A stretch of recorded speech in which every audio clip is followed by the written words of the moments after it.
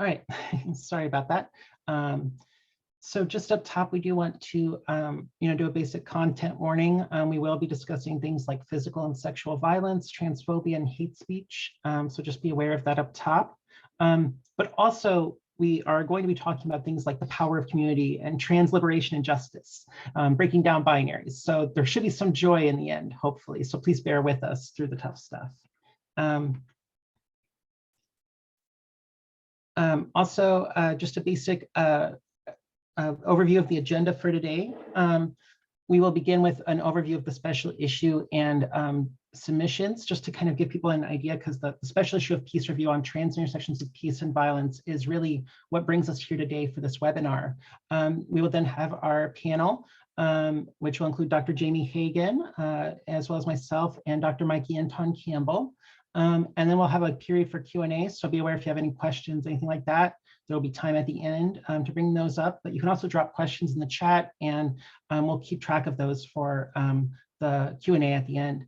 And then after a short break, we will have a workshop time for anybody who's interested in contributing and wants to kind of brainstorm or talk about topics and ideas for submissions, has questions. So just so you're aware of that. And I think we can go ahead and begin. Well, thank you all for being here today. We are here to talk about transgender intersections with peace and violence. This is an upcoming special issue of the journal Peace Review that I and Dr. Mikey Inton-Campbell will be guest editing. And we really want this webinar to be a chance to share some possible ideas of where people can come to this, but we also want it to be a chance to for people to feel they understand what this will involve, as well as just begin the discussion around this topic, because it has been largely neglected in this field. To kind of really highlight the themes behind all of this, I want to start by, oh, sorry about that. All right, I want to start with a moment in history that is often overlooked, but is critical to understanding, or that highlights many of the themes that are important to this special issue. So many people know about the Stonewall riots in 1969, but Susan Stryker in Transgender History traces a history of activism around transgender rights and community that goes on for years before that. A lot of these took the form of what were called riots by newspapers and police at places like Cooper Donut, Compton's Cafeteria, and at a particular location we're going to talk about here right now, Dewey's in Philadelphia, Pennsylvania, 1965. This was a popular spot for food and coffee after hours for queer folks at the time. And in April of 1965, it came to a head where the management of the restaurant refused service to several customers in what they called nonconformist clothing. And it was specifically their queer gender presentation that led them to be asked to leave and discriminated against, being told they aren't allowed to exist in that public space. This led to the first attempt to protest this discriminatory behavior in April 25th of 1965, when people showed up in protest, queer folks, the gay community at the time, and they were all turned away.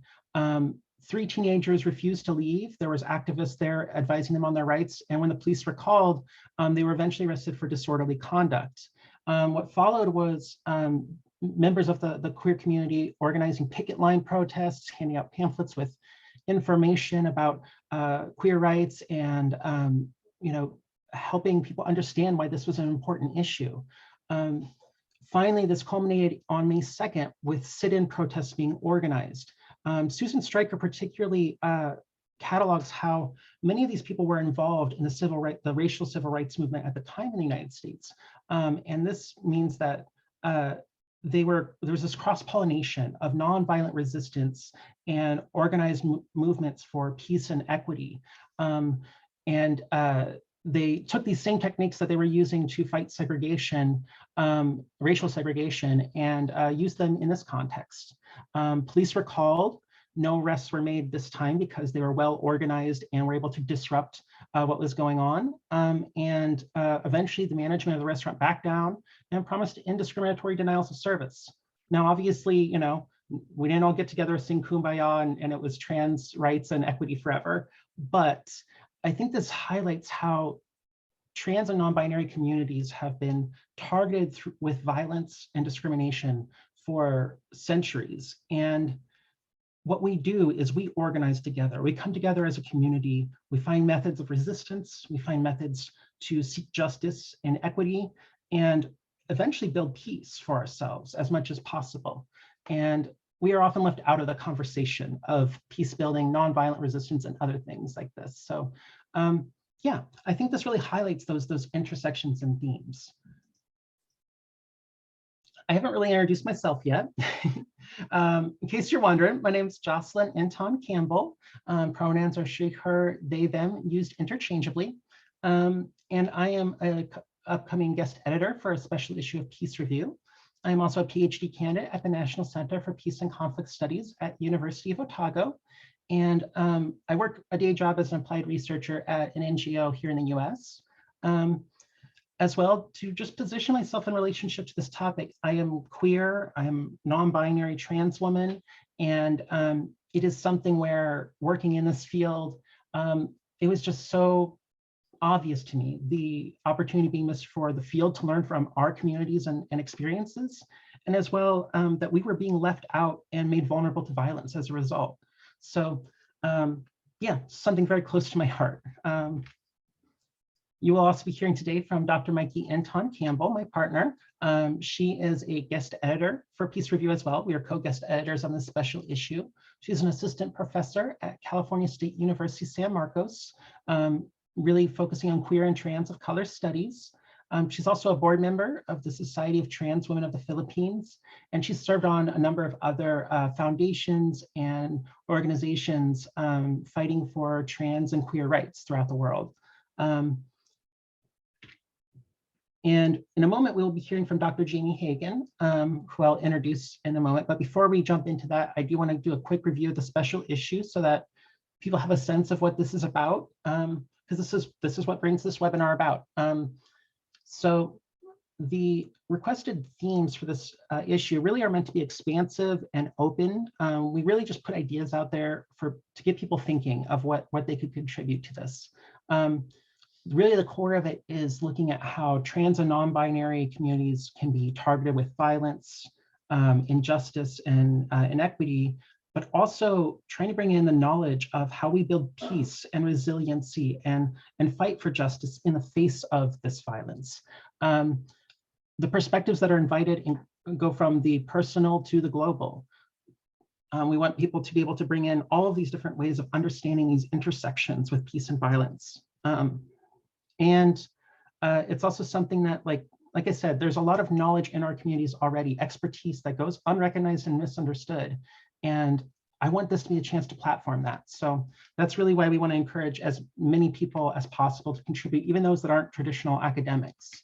The deadline for pieces will be July 15th of this year. The journal is open to many different kinds of submission types. There's kind of the more traditional essays, reviews, interviews, but also photo or image collections are welcome. Orations and audio files are welcome. There's a lot of ways people can contribute, and we invite all of that. And also the review process, so you have some idea. We'll begin with the review of the guest editors, Mikey and myself, where we will make the selections and go through the process of making suggested revisions, things like that, kind of the peer review part of it. And then we'll pass those off to the editorial office, which will do some just basic, like make sure things are fitting with the format of the journal, all that kind of stuff. And finally, hopefully, if everything goes as planned, we will see the special issue published December of this year or January of next year. So look forward to that.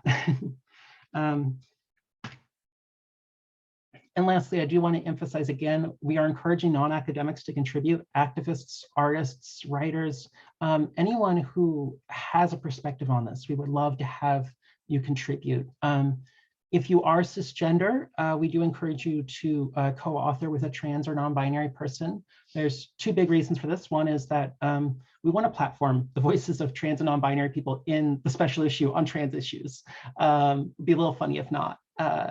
And the other reason is that often scholarship on trans people is done without trans people in designing or authoring it. And having talking about us without us is a big problem. There's often just basic mistakes, blind spots that people stumble over that could be avoided if they just asked someone to take a look first. So it's also something where trans non-binary people can bring a much deeper perspective to a piece than anyone outside of our community can. So we just really want to encourage that as well. We'll come back to some of this other stuff with the workshops, but I would like to move on now to talking, or to invite Dr. Jamie Hagan to talk to us today about queering peace and security. She is an assistant professor in international relations at Queen's University Belfast and is the founding co-director of the Center for Gender in Politics.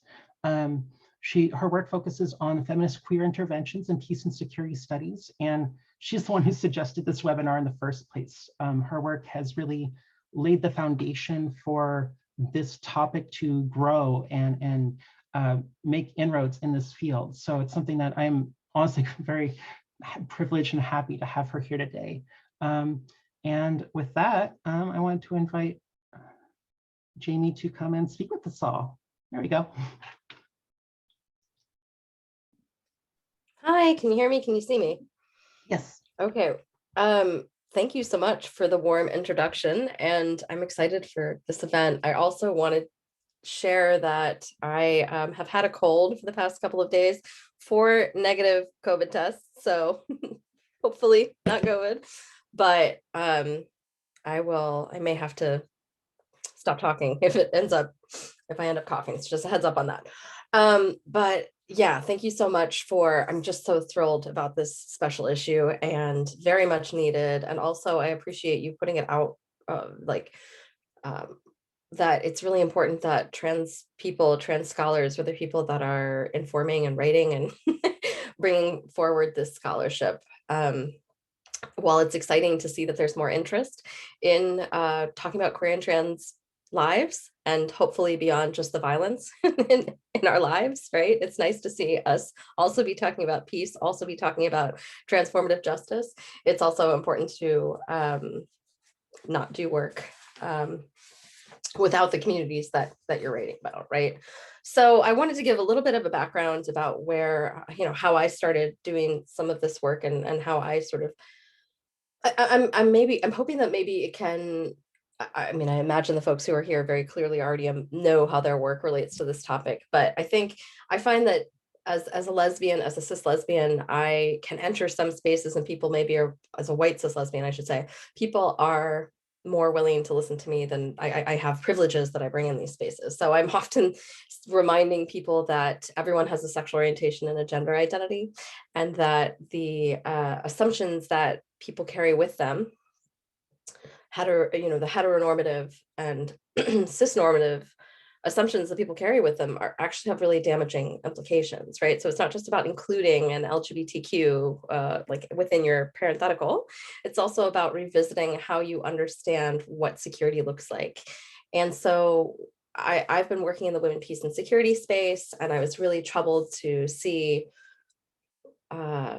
lack of attention to lesbian, bisexual, and transgender women, recognizing that not everyone's straight, but also, as you said, the cross-pollination between movements. That's the thing that's really missing. That's very frustrating to me, because as someone who's been in reproductive justice organizing, as someone who's been, very mobilized by queer liberation organizing, it's such a missed opportunity. And it feels like, to say nothing of the scholarship that you've already pointed to, that is just left out, right? Because maybe it's not in the same trajectory of conflict studies or international relations. It's just not taken up in the same way as being legitimate research in that space. There's also just, the connections between, when I go to the Lesbian Herstory archives and I see the documentation that there, of course, was a lesbian tent at Beijing, women's conference in 2000. Of course there was. Like, this is not a new conversation. People have been mobilizing and organizing and yes, faced resistances, but also we see the simplification, especially with the significant anti-trans backlash. I'm in Belfast, so I'm in the UK context in terms of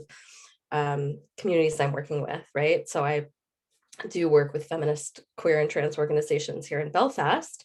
So actually, in a lot of post-conflict spaces, these communities work really closely together out of necessity, right? But we know the narratives, sometimes in scholarship and sometimes in policy spaces even, are that just much more simplified than that, that don't actually allow for the realities of what it means to be working for gender justice, to understand, that everyone has a sexual orientation and gender identity, and that it's more complicated than, the simplistic narratives that can come out of some, even feminist spaces, right? So I have been, wanting to complicate the theory on that, right? To help us, let's bring in some of the queer and trans scholarship, right? We're not inventing this, but it's bridging. I see it as bridging, a lot of really important bridging work.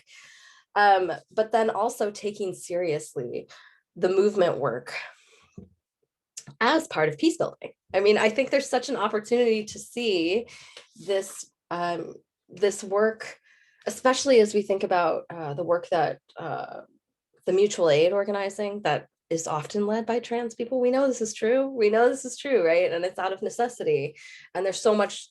And I guess also living in Belfast, there's this risk, or I also write with Colombians about Colombia. There's also this risk of becoming like, there's lessons to learn. I mean, that's true. There are lessons to learn, but there's also collaborations to build, and there's also people to learn from and with. So I think, again, as you said, who are we reading? Who are we citing? Who are we valuing as experts in understanding violence, but also what a peace post this violence looks like?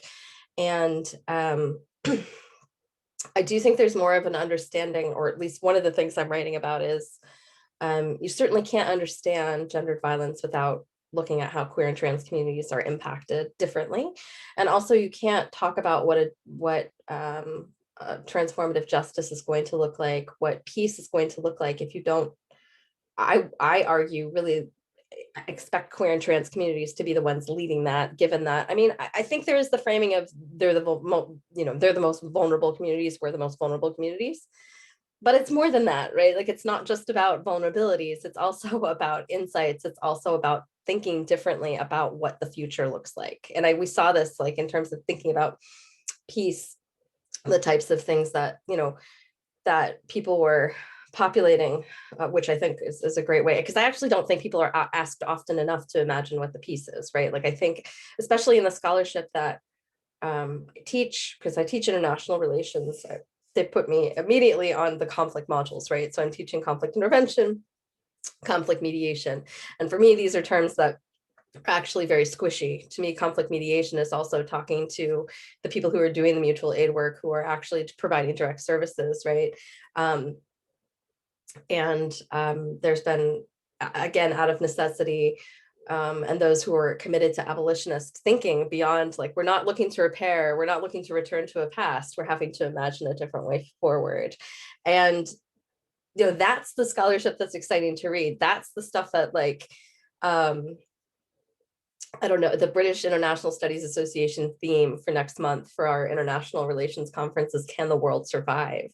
Which is actually quite a question to sit with. And I mean, of course, we're like living in a pandemic, and I know that was part of, and also the commitment to addressing intersectional ways forward, most of that being driven by responding to Black Lives Matter. I do know that international relations has had a bit more of a like reflection on what that means for survival. But if I'm not in community with queer and trans folks and sort of thinking what that survival looks like, then it's actually it's incredibly disheartening. It's incredibly, it feels, I don't want to return to normal, right? Like, and I feel like this is what we feel within our communities. There's not a desire to return, right? There's an insistence and a commitment and a resistance to that, to a different way forward.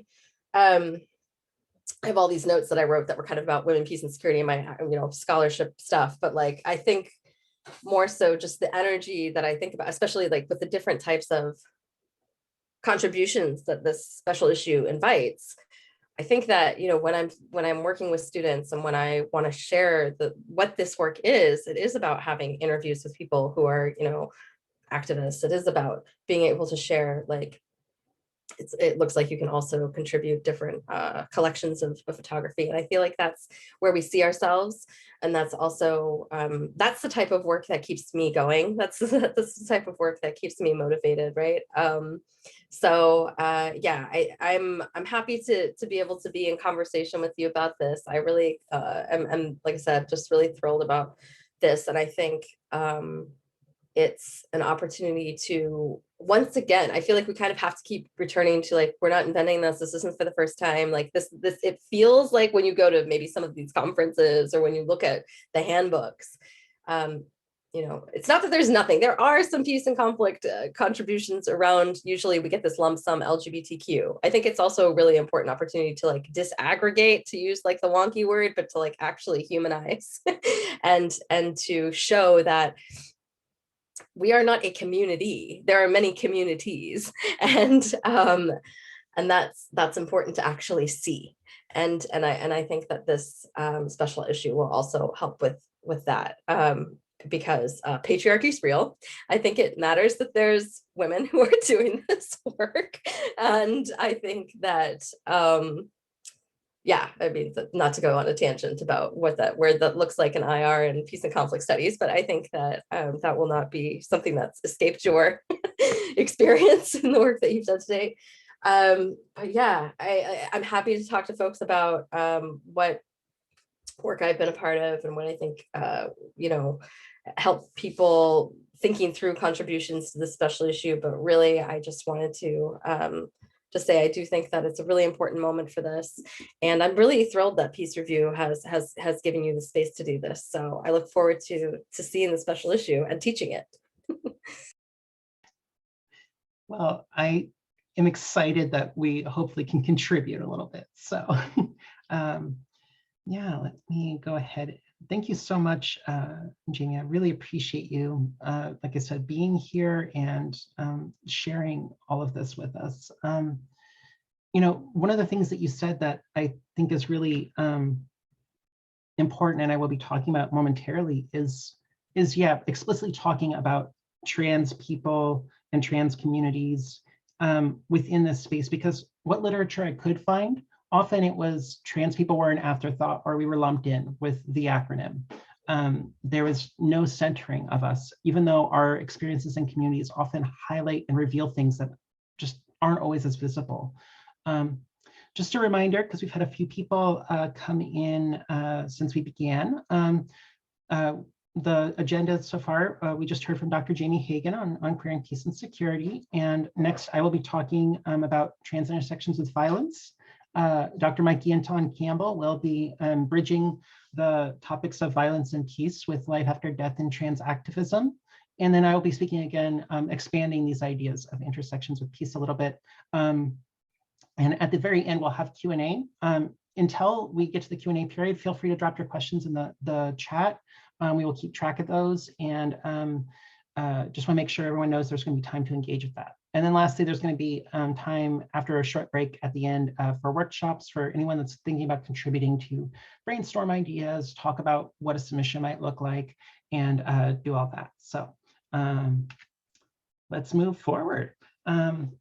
Yeah, so we're going to first talk about trans intersections with violence. Just to repeat the content warning that I started with earlier, we will be talking about some explicit instance of both physical and sexual violence and transphobia. So just be aware of that.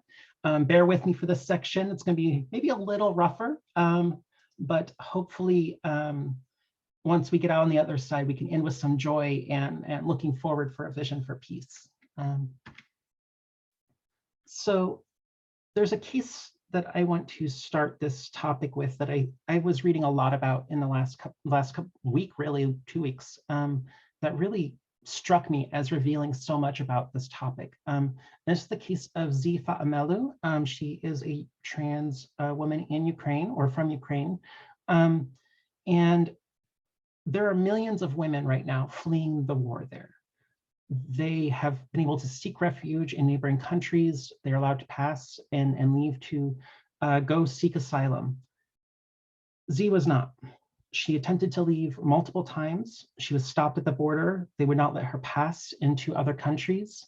And eventually it led to her having to literally run from soldiers who were chasing her down to force her into a military encampment, and escape to Romania by swimming across a river, almost drowning and barely surviving to the other side. The hardship she had to go through was not something that, it's something where I think it's important for us to ask, why was a trans woman facing all of these extra layers of violence and vulnerability? What was creating this when so many cis women were able to seek refuge in this context? And the Russian invasion of Ukraine really has brought to light many forms of violence that are going on. To begin with, one of the oddest things, like truly surreal moments for me, was watching Vladimir Putin, the president of Russia, talk about how the reactions to the war crimes and violence that his military was committing in Ukraine were like cancel culture. And then it was because he was like J.K. Rowling standing up to those evil transes, and that really acceptance of trans and non-binary people, LGBTQ people, was a form of Western imperialism that he was fighting against. And that was what this war was about. The idea of justifying war crimes and invasion by appealing to the need to eliminate trans people or remove us from public spaces is terrifying. I can't emphasize that enough. So there's first this towards the beginning of the invasion. Then Ukraine has also had a history of transphobia and transphobic violence within. Many of the countries in the area have that. When Russia invaded Ukraine, it created a policy of conscription and banned anyone who was assigned male at birth from crossing the border. This is what happened to Z when she tried to leave. Anyone whose documents said male was not allowed to pass through to the other side. But also, there were some cases of trans women, trans feminine people who did not even have male on their passport. They had female on their passport because they had gone through the steps that were required in Ukraine, which include things like institutionalization and sterilization in order to achieve a document that matched their identity. And these people too have often been stopped at the border and denied passage to the other side. And this is often involved by Ukrainian Border Patrol, strip searches, groping, sexual violence, dehumanization, and then finally, detainment in military encampments and conscription. And a lot of these people, either they, don't want to fight in the war. They do not feel safe in a Ukrainian military either, because they see that as an opportunity for violence as well against them, which is very likely. And as well, the spaces in Ukraine right now during conflict, this is something that Dr. Hagen has highlighted in the past, was that it becomes a permissive environment for violence against gender nonconforming people, queer people. And so there's a desperate need to get out. And if Russia occupies an area and they're trapped, they are also afraid of the violence they will face. But they're being stopped by these structures, these policies. I don't think when the order was made, it was intended to harm trans people, but that has been the result. There's also on the other side, they get to the other side of the border, there's a potential denial of the refugee status or barriers to accessing services. And part of this comes from a lack of recognition of anti-LGBTQ gender-based violence. Things like inconsistent documentation. People can get accused of fraud for looking like a woman, but having male on their passport or their identity documents. And gender segregated refugee spaces, which can be new opportunities for vulnerability and re-victimization with violence. And these concerns are very severe because, right now, Ukraine is 38th in the European Rainbow Europe country ranking for LGBTQ rights and acceptance. And all of the surrounding countries are about the same level or worse. So it's like, it's jumping out of the frying pan into the fire, basically. It is, some of these places may be even more threatening and dangerous to them. And this shows how there are many different structures that recreate vulnerabilities in these spaces. And this is something where, like, we have common, the three concepts that are often brought up in peace and conflict studies are cultural violence, structural violence, and direct violence. And I think this is a great example of how we can highlight those. Cultural violence comes in the form of narratives justifying this violence, such as Vladimir Putin justifying violence against Ukrainians because of trans people's existence in public, structural violence in policies that create new vulnerabilities that were not there before, because there's no one person that's responsible. It's the systems that are creating this violence. And then finally, direct violence, the physical attacks and killings that are going on against queer people in Ukraine right now. And it is something that all of these feed into each other. And I think some of this gets buried in what is going on, that there are very unique pathways, intersections that happen in these situations to trans and non-binary communities. And one of the questions that can come up is, why do we not see more people asking for protection for trans people, or including trans people in women, peace and security agendas? And a big reason is because a lot of the countries that could push for it are themselves engaged in campaigns of violence against trans people. Let's be frank. Right now in the US, we are seeing a active political effort of violence against trans children. In the last 5 years, we've seen an increasing rise in laws introduced to attempt to make lives unlivable for young people who are trans, with the intention of this having knock-on effects on trans people more generally. And it's something where a lot of these anti-LGBTQ bills, some are targeting the entire community, the majority are targeting trans people. And it's gotten to the point that Forge Forward, a mental health research organization, has identified in a collaboration with National Institute of Health, there are trans-specific adverse childhood events that are very unique to trans and non-binary youth. And this includes legislative targeting and political climate. Adverse childhood events are these things that can affect mental health for the rest of people's lives and increase risks of even physical health problems like high blood pressure, heart disease, diabetes, and even broken bones, because people's lives are destabilized and they're unable to access the same kinds of care long-term. And the thing is that most of the time, these are things like parental child abuse, neglect by guardians and parents. The fact is that we have political parties in the US that are recreating the same effects on these children. And the research shows this is emerging as a long-term trend. The rate at which anti-LGBTQ laws have been introduced, especially ones targeting trans people and especially trans youth, it's just exponential how quickly it's increasing. And this is leading to things like being denied access to counseling and medical care, because most trans youth aren't even receiving hormones or anything like that. They're just receiving counseling and the permission to dress how they want and be called by their names. Affirming families are being reported to CPS and labeled as child abusers in some states. Some states have actively already filed charges against employees of theirs that have trans children. And bullies, an important knock-on effect of this that Forge Forward recently pointed out in a webinar is that bullies, both children and adults, are encouraged and authorized by this kind of political climate to harass and attack trans people. It is something where, when you know the law will back you up and there are narratives of trans people as dangerous and threats, you feel emboldened and justified. And this is even exacerbated further by news segments that frequently platform transphobic politicians and pundits, whereas trans voices are not on those shows half the time.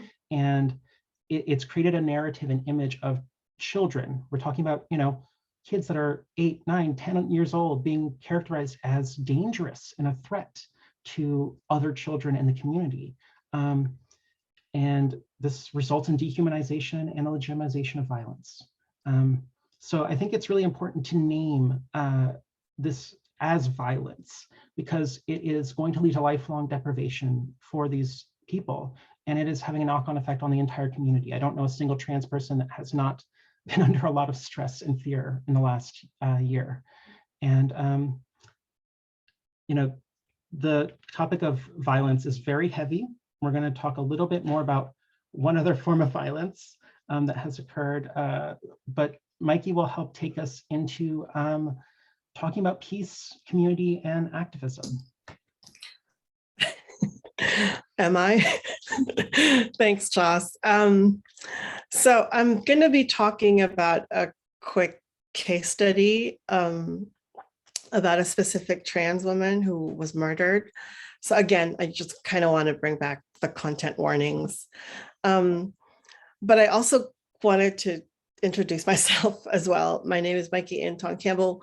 I teach trans and queer of color studies at California State University, San Marcos. And I'm kind of coming into this project from a very different set of lenses. My background is actually media and film studies and cultural studies, but I am also an activist. I have been working in activist spaces in the Philippines, where I'm from, but also in Asia and at the UN level. So I'm also kind of wanting to bring in that kind of community lens into this. Joss, can you take us to the next slide? So that's where I'm coming from, right? I wanted to talk specifically about a trans woman from the Philippines who was murdered by a US Marine. Her name is Jennifer Laude, and she was murdered in October 2014. I'm not sure how familiar you are with the context of the Philippines and the histories of colonization, but so we were a Spanish colony for 350 years, and then we were an American colony from the early 1900s up until 1946, so about 50 years. But when the Americans left, when the Americans ceded the state to the Philippine government, part of that agreement was that the Americans, the US, would keep their military bases in the Philippines. So up until today, the Visiting Forces Agreement allows the American military structure to operate in Southeast Asia through the Philippines, in the guise of course, protection and then, all of these other politics. But a kind of side effect of these bases is that women, brown women, cis and trans, have kind of resorted to sex work to build a living in the communities next to these bases, right? And you see practices of sex work very rampant in these spaces where sex work is technically illegal, but because it brings in so much money, both personally to the families of these sex workers, but also to the government, it's kind of, the government kind of turns a blind eye to these things. And again, part of the Visiting Forces Agreement is that it protects American servicemen from accountability in that any crime that they commit, the Philippine government cannot prosecute them. The American government will prosecute them and will hold them. So there are these politics involved in this case. And when Jennifer was killed, these policies came out into the surface. But I also kind of want to talk about how the media talked about Jennifer as a person, right? Because she was repeatedly misgendered and, dead named, and her pronouns were wrong, especially very early on in the reporting, until the intervention of trans activists like Naomi Fontanos. The media kept reporting on Jennifer with quotation marks, using Jennifer in quotation marks, right? So it's kind of become another form of cultural violence that we subject trans people to misgendering and, dead naming even after they are dead. And this is a fairly common practice in many countries outside of the West as well, the laws are structured so that the families of trans people are responsible for them after they die. And in many cases, these trans people flee their families because their families are transphobic, right? So when they die, another layer of violence is subjected onto their body, which kind of, next slide, please, which kind of allows us to see the structural and the cultural violences directed towards trans people, even after death. In the documentary Call Her Ganda, PJ Raval and his partner, Karan Nault, produced and directed the film that talked very candidly and very frankly about Jennifer and how she died. I saw the film recently and I don't advise, you can see it on Amazon Prime. You can also rent it on YouTube.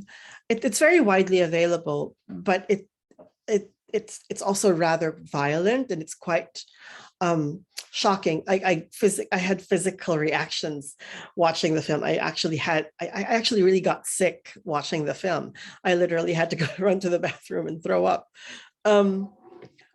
And part of it was because the documentary did not mince words about what happened to Jennifer. It very graphically described her murder, and it showed crime scene footage of the body and put that on display. And then these two cis men, Karan Nault, the producer, who was the partner of the director, wrote a paper, an article called Documenting the Dead, where he is very reflective about, the process of filming and editing the documentary. And he talks very candidly about how, showing these crime scene footages, these crime scene photos in the film led to a lot of discussion with himself and his partner, but also with the people who were doing the reporting, but also with the family of Jennifer. And it was Jennifer's family that insisted on putting these photos in the documentary just to, kind of emphasize viscerally the violence that she was subjected to. And I'm not sure if that was the proper thing to do. Right? Because like I said, it's very triggering, and it's kind of fetishistic the way trans bodies are put on display after they die. That's why I wanted to talk about life after death in trans activism, right? Because again, very often when we hear trans stories, the stories are centered on violence and not just, political and social violence, but also personal, intimate violences, right? So, and this is not a thing only in documentary filmmaking, but also in cultural products, in fiction, right? You have films like The Danish Girl. Of course, we can talk about cis actors playing trans women, but that's a different conversation. But also films like Girl, where because of extreme dysphoria, a young trans girl ends up mutilating herself with a pair of scissors, right? So it seems like the only way to talk about trans lives is to center it on violence and on the act of transitioning, right? And Jack Halberstam, a queer trans scholar, theorist, philosopher, talks about the Brandon Archive and talks about how after death, this young transgender nonconforming kid takes on a life of its own, right? And he calls it, the Brandon Archive, which is a resource, a productive narrative, a set of representations, a history, a memorial, and a time capsule that kind of puts into this forefront the violence of trans life. And I also kind of wanted to bring in Akili Mbembe's take on necropolitics and how, not just with trans people, but also with Black Lives Matter and police and state violence directed at Black bodies in the US particularly, and how the dead are used as a symbol for activism, right? And these things are further supported and fetishized almost in trans practices of activism, like the Transgender Day of Remembrance, which we had, which we will have in November, right? We recently had the Trans Day of Visibility. Next slide, please. So that said, I also kind of want to bring in the joy and the possible good things about talking about trans lives. Like, you know, I wanted to introduce possible ways of talking about trans lives without centering it on violence. And I'm drawing very heavily from Black feminist thought and women of color feminisms. I also kind of want to decenter conversations of the West in this journal and in this special issue. I would very much like, you know, non-West perspectives, decolonized perspectives on violence and peace. And what I want to draw on, particularly Bell Hooks, Audre Lorde, and their concepts of community and radical love, because I do come from this background. I've been a board member of the Society of Trans Women of the Philippines for 7 years now. I've overstayed my term. But we started out as a support group. And so this sisterhood that I joined almost by accident several years ago kind of helped inform my scholarship, but also my activism. So I wanted to draw on the writings of people of color and women of color and queer people of color, so that we can pull connections from these communities and maybe try to see if trans organizing can be read through these lenses as well, right? In particular, and I'm just throwing ideas out there, well, we've been living in a pandemic this is the 3rd year of the pandemic now. And to some extent, trans organizing kind of became easier because we were all on Zoom. We were all stuck at home. We were all on Zoom. So we migrated all of our activities that used to be in person on Zoom. And our group, STRAP, kind of had a short revival at some point. And we became a bit more active, and through online activism and digital transactions and digital feminism, we were able to raise 250,000 pesos, about $5,000, that we were able to give to trans women in the Philippines who were displaced by the pandemic. So there is potential to talk about the media and film and representation, the cultural realm, cultural representations from a peace and studies lens, but also from a very strong women of color feminisms lens. Yeah, that's all I have to say, really. Thanks. Well, thank you, Mikey. It's very, this is one of the reasons I wanted her to be involved in this special issue from the get-go, is because she's pretty amazing.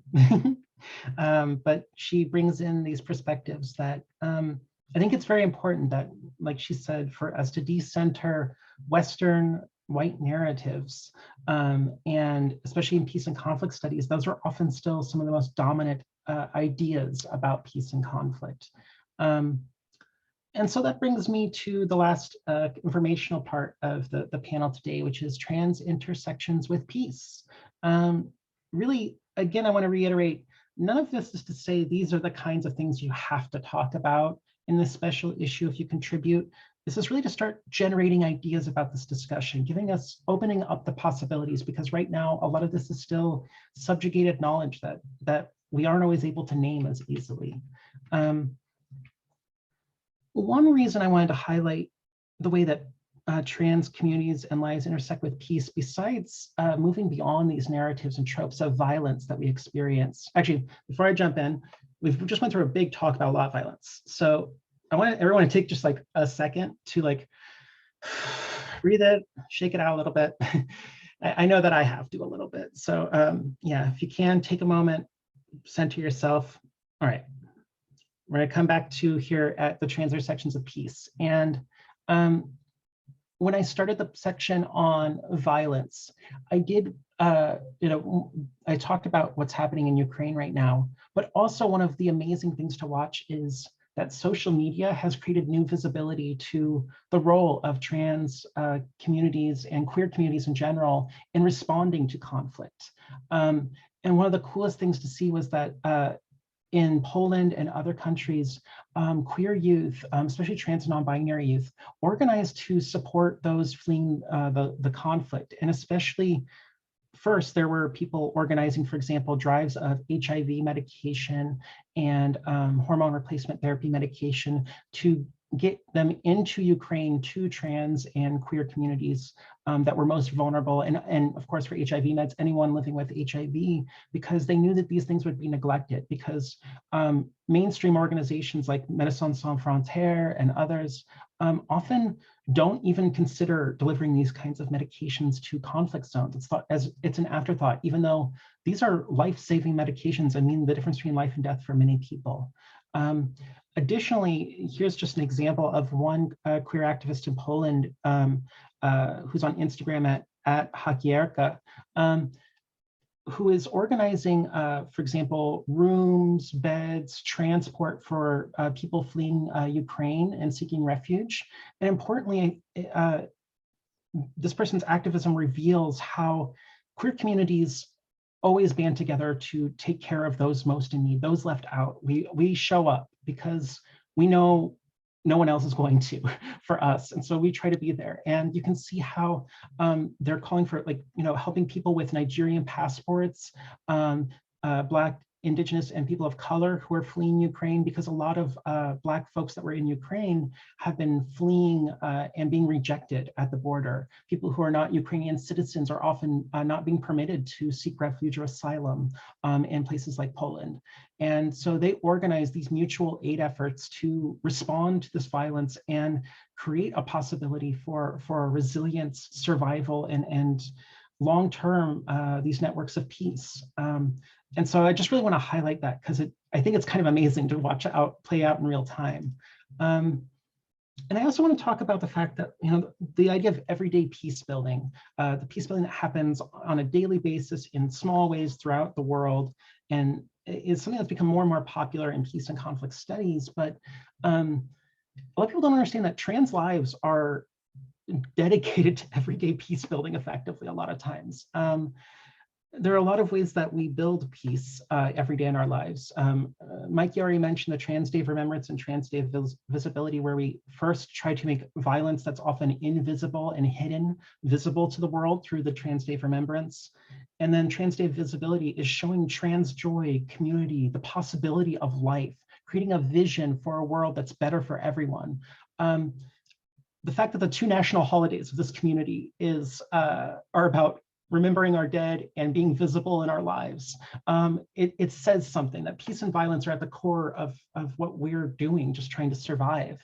It's also something where almost every trans and non-binary person I know has engaged in intergroup peace building on a personal level, because when you come out, you're immediately put into an out group and one that is dehumanized. I've had the experience of talking to people and it's like they're talking to another person that's not even there anymore. And in order to change attitudes, deal with prejudice and hostility, and many of us have had to just fight for the right to exist in public spaces. We have to manage and mediate conflict constantly in our lives. So our community is a rich resource of conflict mediation and transformation skills, because we have to take hostile, prejudiced people and recover relationships from them with our family, friends, and community in order to survive. And as I mentioned before, we organize alliances across communities to fight for equity and justice for everybody. There's also building resiliency and compassion for those that are left out. And something I always like to remind myself is that who I am today seemed like an impossibility when I was a child. I'd never thought this was a thing. I didn't think Jocelyn could ever exist in this world. And I constructed possibilities out of the impossible. And that is one of those things I think when we look at conflict and violence, it often seems impossible to change. But we know it's possible. We have made miracles happen in our world for us to exist. And I think that's kind of cool and empowering. The last part that I want to wrap up with is a reflection on how we can queer concepts of peace. Often, there are many binaries that can be found in peace and conflict studies. Obviously, peace and conflict, peace and violence. These are some common binaries. And as a non-binary person, it's something that I often think about these dichotomies, these oppositions, these polar constructions of ideas. And non-binary gender doesn't ever tell you what I am. It tells you that I'm not something, that I'm not within a mutually exclusive gender binary. I'm not just within a narrow box of man or a narrow box of woman. In my case, for me, it's kind of a yes and situation. I'm a woman and it's expansive, it's growing. There is a plurality and multiplicity to my gender experience. And that's something that I think a lot of us bring. And they're under non-binary, we have so many people that are, agender, people that do not have a relationship to gender, people who are gender queer, they're actively queering what gender means, people who are bigender, who are both man and woman. And this multiplicity, this expansive rainbow of gender ideas, and it really shows that like we can break open social concepts like these. And negative peace and positive peace, I think, invite a similar question. Negative peace is something we often talk about, and it's defining peace by what it is not, again, the absence of war, violence, injustice. And the way this is often taught in classes is it's an insufficient definition. Oh, well, we don't have war, but do we really have peace? We need something more if we want something that's a resilient, robust peace. And I'm like, yeah, I absolutely agree with that. And that's just where the idea of positive peace is so persuasive. People often define it with this idea of what it is, the presence of equity, harmony, justice. Something that I had in a conversation with my friend Kayla, who's with us here today, about this is that when we think about positive peace, it creates a singular and rationalistic idea of peace. It narrows down the types of peace that we can have. It suggests there are certain pathways, certain outcomes that determine what really is peace. Suddenly, peace is no longer this expansive possibility, but rather this very narrow thing that we are trying to achieve. And this is why I almost want to invite us to revisit the idea of negative peace. Maybe negative peace isn't an insufficient definition. Maybe instead it's an expansive question. It's about potential. By defining peace by the absence of war and violence and injustice, it tells us what it's not, but it allows us to invent new possibilities of what it could be. And I think that's kind of a cool thing that comes from just my experience as a non-binary person thinking about the ideas of peace. There are many trans, non-binary, and queer writers that have talked about violence and peace. I will share these later again, but I just want to kind of highlight some of these. And the one at the end that I really want to focus in on is Kai-Cheng Tom, and this is what we'll be wrapping up the information part of this webinar. Sorry we've gone on so long today. But this is, Kai-Cheng Tom is a trans woman who has been in social justice and activism work for many years. And she has also experienced some very complicated things within the community. And this is where one of the things that she says in an essay, 2019 essay, I Hope We Choose Love, is, I'm not a believer in justice because I have never gotten it from or against those who have harmed me. I'm really not certain that it would be good for me if I did. I gave so much of myself trying to obtain justice for others. It eventually rendered me traumatized and deeply disabled. She goes on to talk about how often some of the worst violence and exploitation she experienced was from others in activist and social justice spaces, and how the realities of violence and peace are far more complicated. And when people just talk about seeking justice and accountability, how that actually can create new forms of violence that often hit the most vulnerable first. And so she makes some suggestions about other ways we can approach questions of justice and resisting violence. She suggests that rather than thinking about punishment, consequence, or accountability, which is very popular in social justice spaces, we should consider justice as an ethic of love. When you love someone, you do not want to destroy them. You do not want to remove them. You want to give them a chance to grow, to learn. She does say it's important to name the harm that is done, but rather to also think of justice as a chance to invite the transformation of people, as well as the conditions that led them to enact those harms and violence upon others. She also asks us to trouble the binaries of perpetrator and survivor. There are many, often when we have narratives, including in things like the Women, Peace, and Security agenda, there's these narratives of that someone does harm or is a victim of harm. There's not this understanding that the reality that's far more common in reality, that often people who have survived violence, people who are victims of violence, often are also perpetrators of it, sometimes in the same ways, sometimes in different ways. But the reality is the perpetrator and the survivor might be the same person sometimes. And if we create this idea that these are two opposite extremes, it leads to perpetrators being seen as something to remove, to destroy, and survivors as to just be trusted and upheld automatically, even though they may in turn enact violence as well. And if we trouble these binaries, we start to think about how no one is disposable. We can invest in the dignity of human life. Think about approaches to justice and change that aren't about removing or destroying, but rather about bringing people in, putting in effort, energy, and labor into creating a community with them that's better. And lastly, she demands that we start talking about community responsibility for producing and enabling violence, because the reality is that a lot of the violence that is experienced by trans and non-binary people is not coming from one bigoted person. It is coming from a society, from structures, from a whole system that the community continues to perpetuate. And this demand for a new approach to justice, and this is the quote I want to leave us all with today, because I think it spoke a lot to me about what a trans vision for peace might look like. We must love ourselves. We must encourage love. Love that is radical, love that digs deep, love that asks the hard questions, that is ready to listen to the whole story and keep loving anyway. Love the survivors, love for the perpetrators, love for the survivors who have perpetrated and the perpetrators who have survived.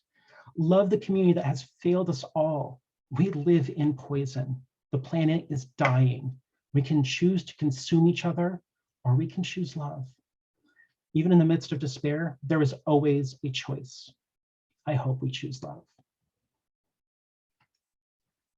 And that is the end of our information today. Now, we will make time here for some questions and answers. If you want to ask a question or share some thoughts, yeah, just use the raise hand reaction or drop it in the chat and we'll go from there. And these questions will be about the special issue for me, Mikey, Jamie, any of us.